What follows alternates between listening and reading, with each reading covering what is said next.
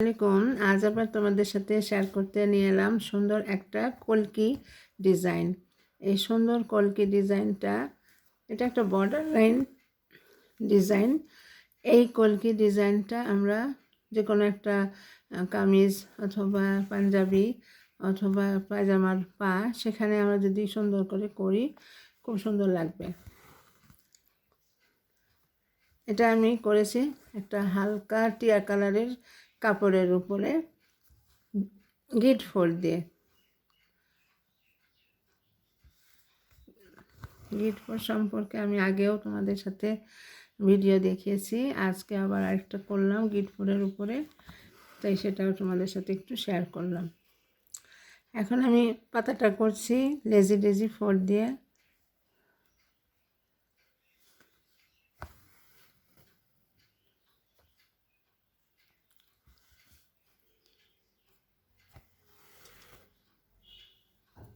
যে দেখো পাতাটা লেজি লেজি ফোল্ড, এগুলো আসলে খুবই ইজি এবং সবাই করতে পারবে এবং তাড়াতাড়িও হবে।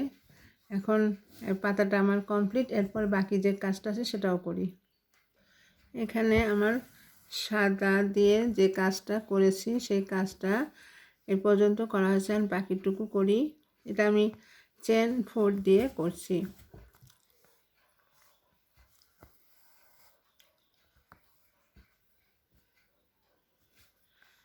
চেন ফোল্ড দিয়ে করছি। আসলে জায়গাটা খুবই কনজেস্টেড হয়ে গেছে, এই জন্য একটু সাবধানেই করতে হবে।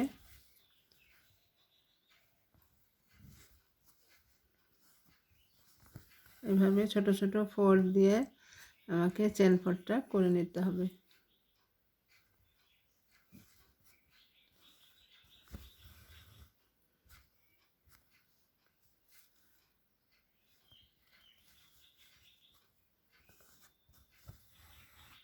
যেভাবে হয়ে গেল।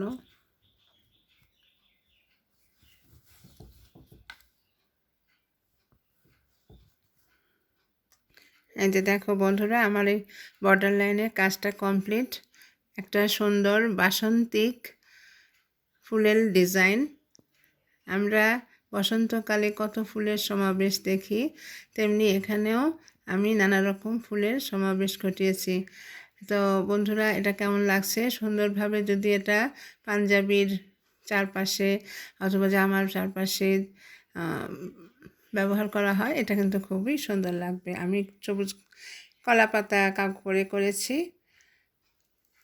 এই কালার দিয়ে, এইসব কালার দিয়ে।